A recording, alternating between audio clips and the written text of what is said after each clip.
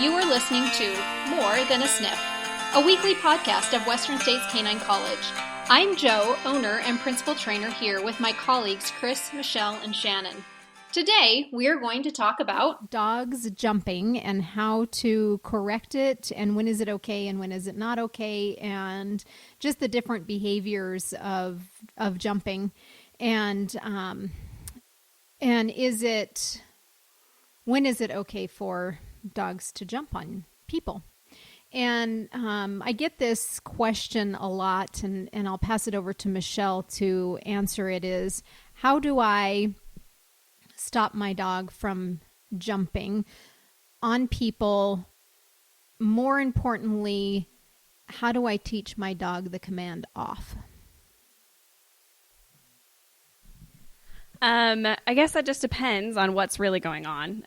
Like there's different types of jumping, I think, and different types of behaviors that are going on. And if your dog is throwing themselves at you or if they're just lightly jumping on you, it really depends on what is going on besides for just the actual jumping.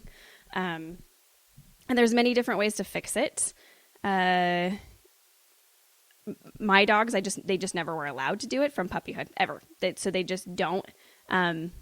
My bigger dog, every once in a long time, I will call him on me at this point, but it took probably a year of making sure he never jumped on anybody before we started allowing him to do that, but he has to be asked to come up.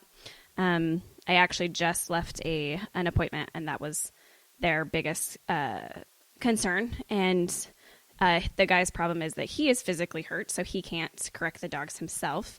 So we ended up putting a prong collar on the dog that the guy could just step on it when the dog is jumping up, so the dog corrects himself. Okay.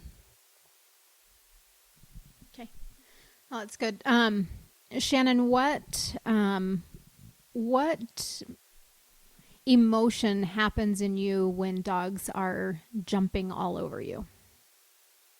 I think people can have different emotions, and they can have them at different times. Mm-hmm. For example, when you come home from vacation, then you might be excited to see your dog, and then you feel like they should be excited to see you, and you would want them to jump on you, and you would feel happy. But if you're getting ready to go to work in the morning and you're dressed in your nice suit, and then the dog jumps all over you and gets hair and drool all over you right before you're ready to go out the door, then you might be frustrated at them. Guests that come over to your house that the dog jumps on them might be afraid of the dog. So I think it depends on the situation and your relationship with the dog, okay. What emotions that you might be having. Okay. Michelle, is it okay for your dog never to jump on you and still be excited to see you? Of course. And absolutely. how does a dog show excitement without jumping? Again, I think that is definitely based on your dog. Mm-hmm. My one dog, my big dog, he will just run around you. I mean, he's definitely still like touching you and involved in everything, but he does not ever put his paws on you. Our Cavalier, she will put her paws on you, but it's almost like this like soft, sweet little like, it's really funny actually. And she'll only do it when she's like crazy excited, like super, super excited. And then our Papillon, he runs in circles. He doesn't even touch you. It is almost ridiculous. You're like, stop so I can pick you up because yep. I want to touch you. Right. So I think it just depends on the dog and their emotions as well. Okay. And I have a pretty hard stance about jumping, and I don't think it's appropriate at any time. And the reason why is because it encourages behaviors that maybe initially it doesn't start out to be rude, but the more they get attention for the jumping, the worse it gets, and then I think it just becomes rude behavior.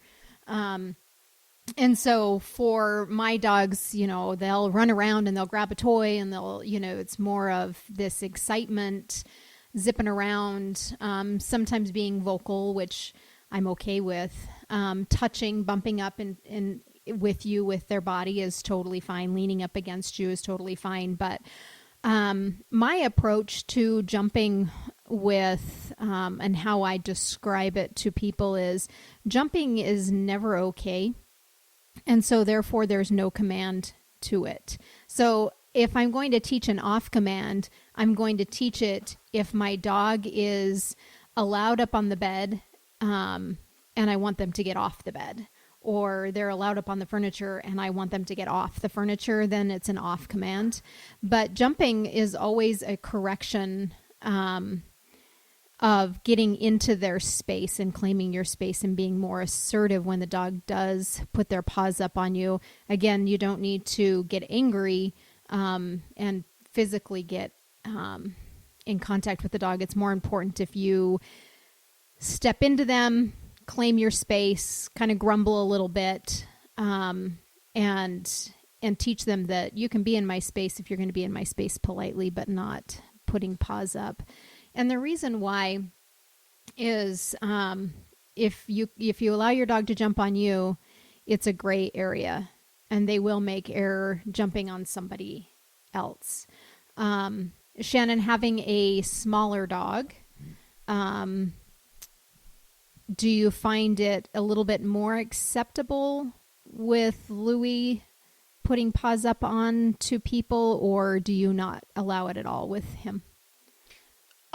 So that's hard when people come to your house and you can't control what people are going to do, right? Right. And people think that Louie's really cute and they want him to jump up on them.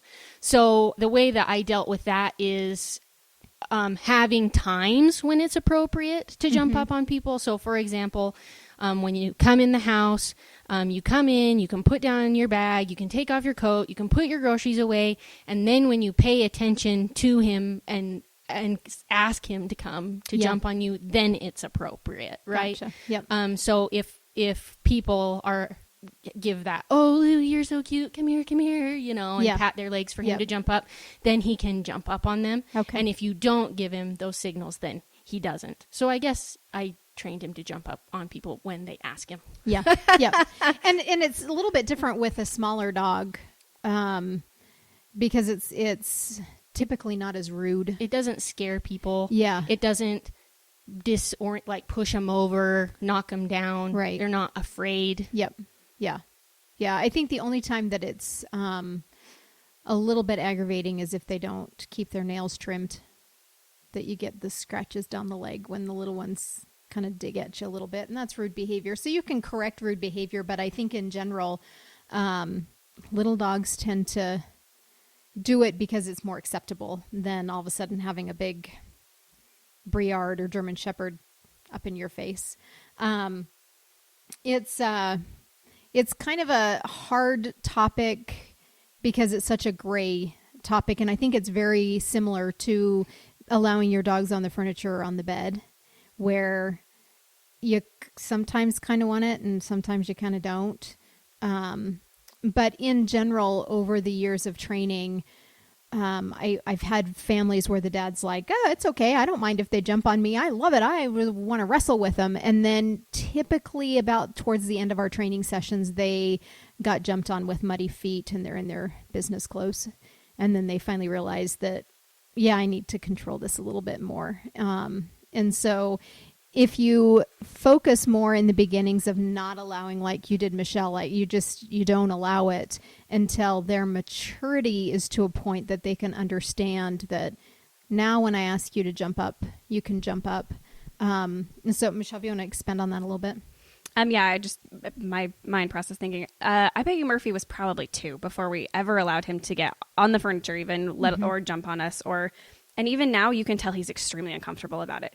I think the first time I ever let him on our bed, my husband was on a business trip and I wanted somebody else in the bed with me. Yeah. And I asked him to get up and you could just tell he was like, what is this? And now he will get on the bed with us if one of us is not in the bed, but it's only for a few minutes and you can tell he's really not extremely comfortable. Like he's panting and he's moving a lot and he licks the bed, which drives me absolutely crazy.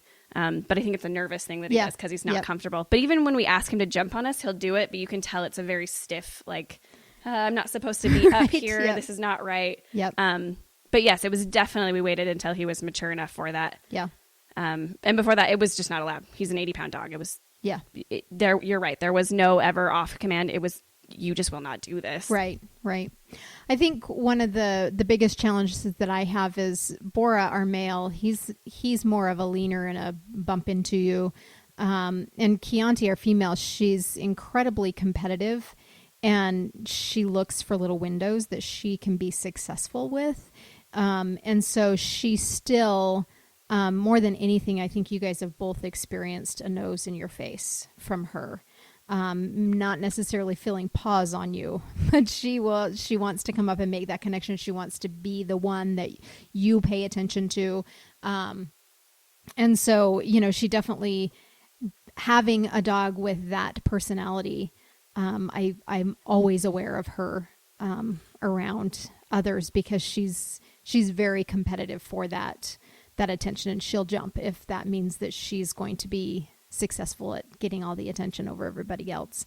And so, when you have a dog that's a little bit pushier, even if you don't ever allow it, they find little windows to do it. And, Shannon, just like you were saying, people will encourage it because they think that they're okay with it. Is there any way that you have helped people not encourage it as bad, or when it's not appropriate? I mean, do you know what I'm saying? Like if Louis, walked up and jumped on somebody because he was ready to say hi, what's your typical reaction? I can't think of a time when he's jumped on somebody that didn't ask him to. Okay. So I guess that I've controlled it well enough up to this point that it doesn't happen anymore. Yeah. But probably what I did was just correct him the same way that I would to keep him like back away from the door, move him away from the person, and let them do whatever, and have him hold that position until they're ready, and invite him and let him go. Good. And see him. Okay. Michelle? I could add on to that a little bit. Murphy, who really he's not much of a jumper, but he loves my mom, to the point that it is chaos in my house for like 25 minutes when she gets there. Wow. That is like 10 times longer than anybody else that comes through that door, including me, even if I've been gone for a long time. Like he loves her so much, and he's not jumping, but he's all over, and he's putting his nose in her butt, and all sorts of stuff. And so he gets put away. Like he goes into another room until he can be calm. And if he comes out and he's crazy again, it's that again. We just don't put up with that. So you get him out of the environment, and then you invite him back in if he can maintain a lower level of excitement. Absolutely. And my little dogs get excited to see my mom too, but they're not quite as obnoxious. So I don't maybe it's when they calm down, he can come back out. Okay. And then just the environment itself is calmer. Yeah.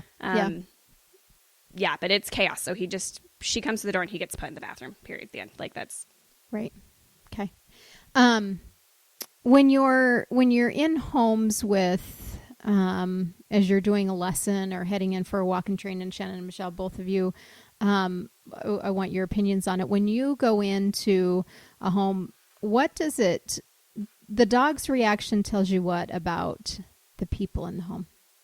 The dog's jumping reaction, what does it tell you about the home overall in general? I mean, that could be a loaded question for sure. Yep. If the dog is chaotic, the household may be chaotic. If the dog is calm, I assume that the household is calm. Mm-hmm. I think the thing that we try all to do is we stay calm and completely ignore the dog no matter what's going on. And people are amazed at how their dogs react to us because we are so calm about it.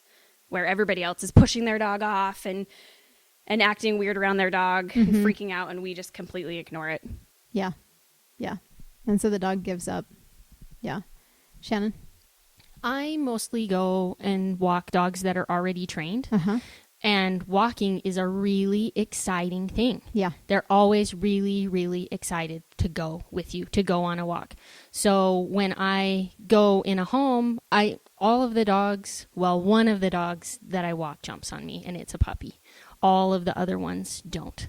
Okay. So they have maintained that training that, it's not appropriate to show excitement by jumping on you. Mm-hmm. And as long as we're calm and we're nice and we sit when we put our leashes on, then we can go for a walk. So, I mean, it's important for me to go in the home and not be like, oh yeah, we're going for a walk, everybody, blah, blah, blah, right. To help them keep that, because it'd be really, really easy to change the way they behave because it's really, really exciting and it's really, really fun for them. Right. So continuing to keep with the training that's set up helps them just reinforce it day after day after day, and then you don't even have to think about it anymore. Right. So as a dog owner, what are some things that you can say to your company that will help maintain the calmness overall? What are some cues that you can help visitors do to help your dog be successful? So like when they come in the door, don't acknowledge the dog, don't look at the dog, don't talk to the dog, don't pet it, come all the way into the house to a certain point, and then if the dog is being polite, sitting by you, standing, wagging its tail, then you can be excited and pet it. And as soon as their energy goes too high, stop paying attention to them and ignore them and do something else in the house. Great. Okay. Michelle? Yeah, I like that. Most people that come through my house are actually a little bit nervous of Murphy. So a lot of times he'll just get, once again, just put away just for that reason. Yeah. As company comes over. But most people I just say, hey, just ignore him. Like, he's not going to do anything if you just ignore him. Yeah. He's big and he looks kind of scary, but he's not going to do anything if you just completely ignore him. And most of the time, people are really, really good about your request. If you say, hey, I'm training my dog, could you please do this? Most people are really good about it. I have a couple of friends that are like, he's fine. And they think it's cute that he's being excited and stupid. And I just have to remind them, hey, but I don't want him to do that, to send it to somebody else. So, Yep. And usually people are really good about that. So, what does ignoring a dog look like? I mean, it's a complete body ignoring. It's not just not saying something to the dog. You cannot look at the dog, look away from the dog. Your body should be positioned away from the dog. And by that, I don't mean like, hey, start flipping around if the dog comes in front of you. Just, it has to be, you almost have to act like the dog is not even there. Okay. So somebody break down those steps for me. It's hard to get for people to ignore your dog the way they need to ignore your dog. You can help them. One way would be by starting a conversation with them and just continue in your conversation no matter what is happening. And it's your responsibility as the owner to control the dog if it's being rude. Right. So you can't just say, oh, just ignore my dog, and then just like let the dog have a free-for-all on your guest. Right. Not appropriate. Yep. You have to help your guest ignore them. Yep. So you can continue to talk to them, but still control and correct your dog while you're trying to do that. And you can like make a little journey through your house. Here's what we're going to do. We're going to come in the house. You're going to take off your coat and give it to me. We're going to hang it up. We're going to go in the kitchen and we're going to sit at the table and have cake. I don't know what you do with your friends. Yep. And then they know what they're supposed to continue doing no matter what's going on while you handle what you want to do with your dog. Sure. What if the dog is constantly mouthing hands and trying to jump up and get the hands down to the dog? What are some things that you can do to help with that? If the dog is mouthing, you said? Yeah. I mean, once again, I am a true believer that we should be in control of our dogs, not our guests, obviously. Yep. Back tying is a great way. The dog can't even be in contact with them. So they can still be in the room, but they have to be away from your guests. They cannot physically be touching them if they're back tied. Okay. Like I said, my dogs just get put away because I don't want to see them either if they're being butt heads about stuff. Right. Other things you can do is you can always keep your dog on a leash if they're puppies, so you have full control of them. Stepping on a leash and making them lay down next to you instead of next to your guests. Okay. So this is, it's a funny challenge, that I think that I deal with in every household that I go into. And, there's training, and you're set up for training that we're going to have guests come over. I'm going to keep my dog on a leash. I'm going to back tie. I'm going to create routines. And then there's reality of friends coming over, friends popping over that you're not quite ready for, they show up early and you're not quite ready for that scenario to happen. And so that's where things go gray. And so the tips that I give people is, one, Shannon, stay engaged with your company. 2, create a little bit stiffer environment, that it's not come in and let's hug and say hello. Create a little bit stiffer environment, asking your company to fold their arms. So it creates them to be a little bit stiffer. They get bigger. And as you're talking, you can stay engaged with them. And then the next thing is resource guarding your company from your dogs. The dog is saying, oh, pick me, touch me, woo, we're excited, everybody's here. And if you get in your dog space to get them out of it, just in other podcasts that we've talked about, claiming space and getting them out of space, if you get in that space, and if they're friends, your friends will be okay if you get a little close for a second to get your dog out of the space. So you're resource guarding your friends. This is my company. They're here to see me. And then when you're polite, you can say hi too. And those are the tips that I give people, that we're not going to teach a sit, stay, and then release to say hi, because it creates a barrier of explosion. But those are quick tips to give company information to help if you're caught off guard with somebody coming in. For the most part, in general, most households, they know when people are coming over, they, set stuff up and you can create that training scenario. But sometimes life just happens and we have to have some tools out there. So again, jumping is really never okay for a dog to greet and to take that initial step to take charge of that front door or your company. And second of all, there's no command to no jumping. No jumping is an expected behavior. And so therefore, when they do jump, you need to become firm, be prepared to remove them, be prepared to have a leash on, be prepared to set those boundaries and those expectations, so that your dog is not rude, and be prepared. It's a lifetime journey of jumping, because everybody that comes into the household will trigger different things in your dog. So it could be a 10-year-old dog and they all of a sudden start jumping on one person.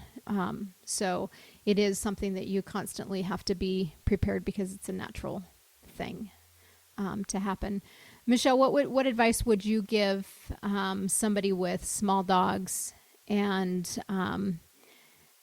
in general, people with small dogs, they're okay with it to a certain extent, but I have had some that they're just like, small dog or not, I don't want my dog jumping at all. How would you, what would that approach be? Just general advice for a small dog?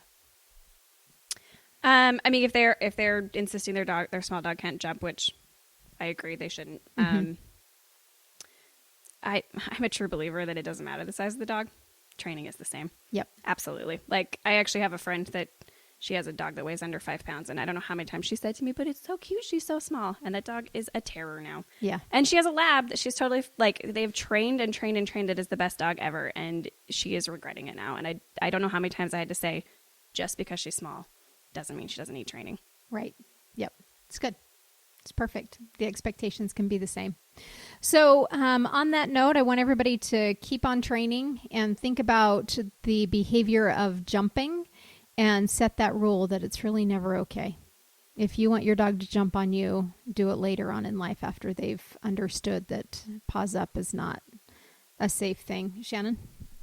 I was just thinking that one step that you can do to help is if you have like a boundary where the dog has to stay behind when someone comes in the house. Because there's something about like the closer that you get to the door, the more exciting it is and the more likely they are to jump on you. Yeah. So if you have the boundary of where the dog has to stay away from the door until people are like a certain distance into your house, mm-hmm. the dog's like not as excited that they're already in the house. Yeah. And they tend to not have that as much jumping energy as they do if your dog is right by the door when right. somebody comes in. Yeah. Or you can also do fun things like because like you say, unexpected people come over, Yeah. and unexpected people do different things at your house than normal ones, like ring your doorbell. Right. Right? And so you can teach your dog a game like when you ring the doorbell, you go in your kennel. Or when you ring the doorbell, they go in the bedroom to Yeah. get them away from the door, which great. also decreases the energy. So it's just like a little something you can do to help them a little more. Yeah. Yeah. That's great. So my dogs actually do that when the doorbell rings. My two that are not great at the door will go into our bathroom. And we didn't really teach that. It was just that's what we did. We moved them into the bathroom. Right. But Yep. with that, you have to be 100% consistent. Yes. My Briard is, I'm going to say he's not as smart as my Papillon is really what it is. And he will do it every time. Just even if we don't actually shut the door, he'll still run Right. into the bathroom. But my Papillon is smart enough that if we don't make that motion towards the bathroom first, he will run to the door. Okay. So it is an amazing thing, and it is really awesome that my dogs do that. But it's like Joe was saying earlier, you have to be 100% consistent on it. It cannot be wishy-washy at all. Yeah. Yeah. Yeah. Shannon and Michelle, those are great tools. One more thing to kind of sum this up is, why do our dogs get so excited about the door? Because we change. Yeah. We get excited about it, or we get anxious of some kind if we don't know who's there. Like, I Right. hate opening the door if I don't know who's coming in and stuff like that. So I'm sure my body language changes and I get all stiff. Yep. Or if I do know, I'm excited to see whoever comes in. Right. So, so Shannon, here's the scenario. You're in using the bathroom. You're the only one home with Louie. And you're expecting somebody, but they show up a little earlier and you're in the bathroom. So what starts changing in you? Oh no, I'm in the bathroom. I have to hurry and get the door. But I Right. don't think that he notices, because like people, I live in a weird neighborhood and just people will come knock on the door all the Yeah. time, and Yeah. I don't know who they are. People that are my friends that know me don't ever come and knock on my door. Yeah. So I always know if someone knocks on the door or rings the doorbell that it's not someone I know. Right. So it happens so much, and that I just don't react. Like, even if I'm in the bathroom and someone knocks on my door, I might not go answer it. Yeah. Because I don't know who it is. Right. And so he just sleep, on his bed or whatever. If I get excited to answer the door, which something would have to be really exciting. Yeah. Yep. I do have a boundary that he's not allowed Yeah. to go past, and so he would come to see who's at the door, but he would be in where the boundary is. Right. Right. So as a dog owner, non-dog trainer, it's definitely living in a different household, because the majority of people would go, somebody's at the door, and we start shifting and we head out to the door.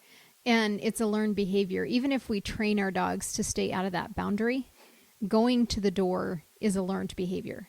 Because why would a dog even know that anything is happening at the door? If we never went to the door? Yeah. I don't ever let him go to the door, though. Right. Ever.